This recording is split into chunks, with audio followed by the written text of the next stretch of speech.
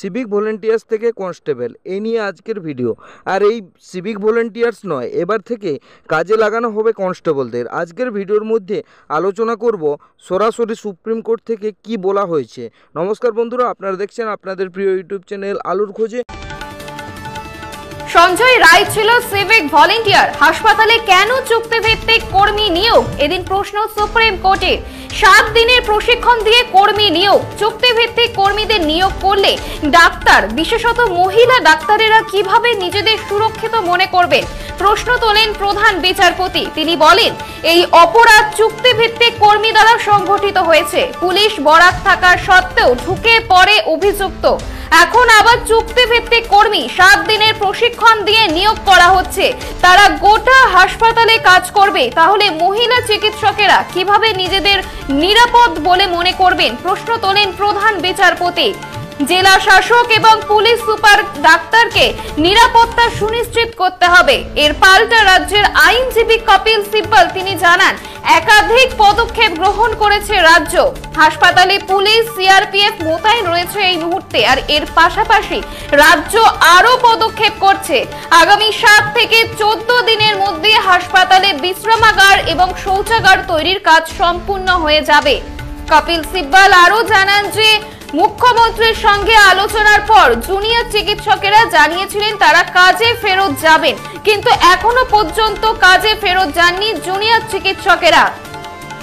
ডাক্তারদের সংশয় ন্যায় সঙ্গত বলেও মন্তব্য করেছেন প্রধান বিচারপতি। তার বক্তব্য, ডাক্তারদের সংশয় তো ন্যায় সঙ্গত, যে চুক্তিভিত্তিক কর্মী কারা? প্রশ্ন প্রধান বিচারপতির।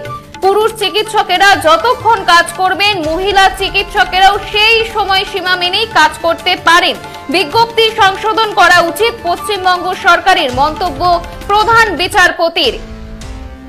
সঞ্জয় রায় ছিল সিভিক ভলেন্টিয়ার, তাহলে হাসপাতালে কেন চুক্তিভিত্তিক কর্মী নিয়োগ? 7 দিনের প্রশিক্ষণ দিয়ে কর্মী নিয়োগ, প্রশ্ন সুপ্রিম কোর্টের। হাসপাতালে কেন চুক্তিভিত্তিক কর্মী নিয়োগ হয়েছে? এদিন শুনানি চলাকালীন সুপ্রিম কোর্টে প্রশ্ন তুলেছেন প্রধান বিচারপতি। এই নিয়ে আগেও উদ্বেগ প্রকাশ করেছিল কলকাতা হাইকোর্ট।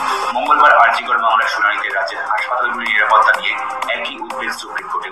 সিভিক ভলেন্টিয়ারদের দিয়ে নিরাপত্তা মোতায়েনের সওয়াল চিকিৎসকদের আইনজীবী করুণা নন্দী ও ইন্দিরা জয়সিংয়ের। শীর্ষ আদালতে তাদের প্রস্তাব, বেসরকারি সংস্থার নিরাপত্তা কর্মী ও সিভিক ভলেন্টিয়ারদের সাহায্যে কর্তব্যরত চিকিৎসকদের সুরক্ষার বিষয়টি মেনে নেওয়া যায় না। হাসপাতালগুলিতে রাজ্য পুলিশ মোতায়েন করা হোক। আরজিকরে কর্তব্যরত তরুণী চিকিৎসকের ধর্ষণ ও খুনের ঘটনায় মূল অভিযুক্ত হিসাবে গ্রেফতার হয় সিভিক ভলেন্টিয়ার সঞ্জয় রায়। তাই সিভিক পুলিশের ওপর কোনো পক্ষই আস্থা রাখতে চাইছে না। এই ঘটনার পর জুনিয়র চিকিৎসকরাও যে দাবি করেছেন তার মধ্যে অন্যতম ছিল হাসপাতালে যথাযথ নিরাপত্তা। গত 9 সেপ্টেম্বর শীর্ষ আদালত তাদের কাজে ফেরার নির্দেশ দিলেও এই নিরাপত্তার কারণ দেখিয়ে তা কার্যকর হয়নি। মঙ্গলবার শুনানিতে এই প্রসঙ্গ উঠতেই প্রধান বিচারপতির বেঞ্চ জানতে চায়, জুনিয়র ডাক্তারদের নিরাপত্তায় কি ব্যবস্থা নেওয়া হয়েছে। রাজ্যের আইনজীবী কপিল সিব্বল জানিয়েছেন, বেসরকারি সংস্থা থেকে সিভিক ভলেন্টিয়ার কিনে তাদের প্রশিক্ষণ দেওয়া হচ্ছে, তারা এই হাসপাতালের নিরাপত্তায় থাকবেন। এরপরই প্রবল আপত্তি জানান ডাক্তারদের আইনজীবী করুণা নন্দী ও ইন্দিরা জয়সিং। তাদের দাবি, সরকারি হাসপাতালগুলিতে 1514 সিভিক ভলেন্টিয়ার মোতায়েন করা হয়েছে, কিন্তু তাদের নিরাপত্তা মোটেই স্বচ্ছন্দ বোধ করছেন না জুনিয়র ডাক্তার, নার্স ও অন্য মহিলা কর্মীরা। তাই সিভিক পুলিশকে সরিয়ে রাজ্য পুলিশকে নিয়োগ করার আবেদন করেছেন তারা। এরপরই প্রধান বিচারপতি রাজ্যের আইনজীবীকে প্রশ্ন করে নিরাপত্তা নিশ্চিত করতে কি কি পদক্ষেপ নেওয়া হয়েছে। কপিল সিব্বল জানান, কেন্দ্রীয় বাহিনী মোতায়েন করা হয়েছে, বিভিন্ন হাসপাতালের নিরাপত্তা কর্মীর সংখ্যাও বাড়ানো হয়েছে, নজরদারির জন্য সিসি ক্যামেরার সংখ্যাও বাড়ানো হয়েছে।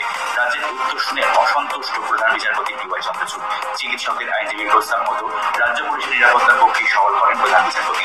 এছাড়া নিরাপত্তা নিয়ে একটি কমিটি গঠন করার নির্দেশও দেন প্রধান। আদালত সম্পূর্ণভাবে জানিয়ে দিল, নিরাপত্তার কাজে সিভিক ভলেন্টিয়ার্স নয়, পুলিশ কর্মীরাই ব্যবহার করতে হবে।